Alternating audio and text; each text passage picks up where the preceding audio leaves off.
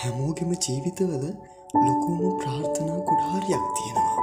ඉතින් අහිංසක හීන හැබෑවෙන දවසක් කවදා හරි හැමෝටම එන්න ඕන. පුංචි වුණත් සුව පහසු නිවහනක හිතේ සැනසීමෙන් ජීවත් වෙන්න හැමෝටම ලැබෙන්න ඕන.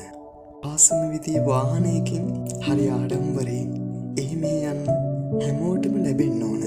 කැමැතිම රස්සාවක් කරගෙන හැමෝටම හැමදාම හීන මවපු දේවල් විඳ විඳ නිෂ්කලංක ජීවිතයක් ගෙවන්න ලැබෙන්න ඕන.